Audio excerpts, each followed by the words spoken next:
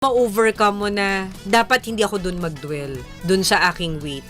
Dapat unti-unti kong mahalin yung sarili ko. Kasi baka yung mga practicalers at kaabante natin ma-inspire dun sa iyong mga journey to confidence.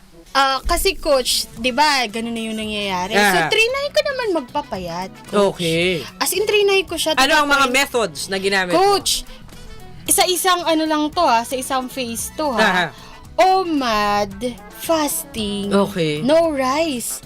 As in. Okay, talagang tinodo mo, 3 agad. Sabi ko, anong tawag dito? Ganun talaga, coach, kasi like super seeking for attention and love ako. Alright.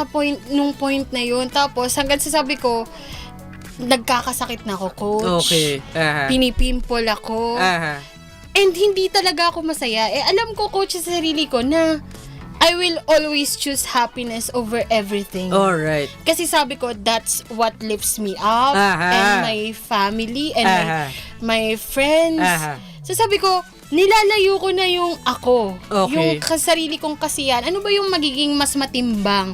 Sabi ko, yung attention from the people na parang medyo mali or yung sariling kagustuhan ko, yung talagang ako, yung magiging comfortable ako. Alright. So sabi ko, doon talaga, coach, pumili talaga ako kasi laging may choice naman tayo, coach Like, meron talaga yung choice. So, pinili ko yun. Sabi ko yun for myself. I like that. Again, practicalers, kaabante.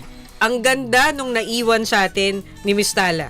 Na yung journey niya sa insecurity niya about her weight, dati, ginagamit niya yung rason. Bakit maaaring iniiwan siya ng kanyang mga ex-partners? But eventually, she also tried to help herself by going on a diet. But in that journey of diet, nararamdaman niyang she's no longer happy. And what's good with Miss Tala, she wants to improve herself. Hindi naman niya sinasabing papabayaan niya ang health niya. She would do whatever it takes to be the best version of herself. But she would always prioritize her happiness. Because Miss Tala is very aware that if you are happy, you become the best version of yourself. And at the same time, you become a blessing to others.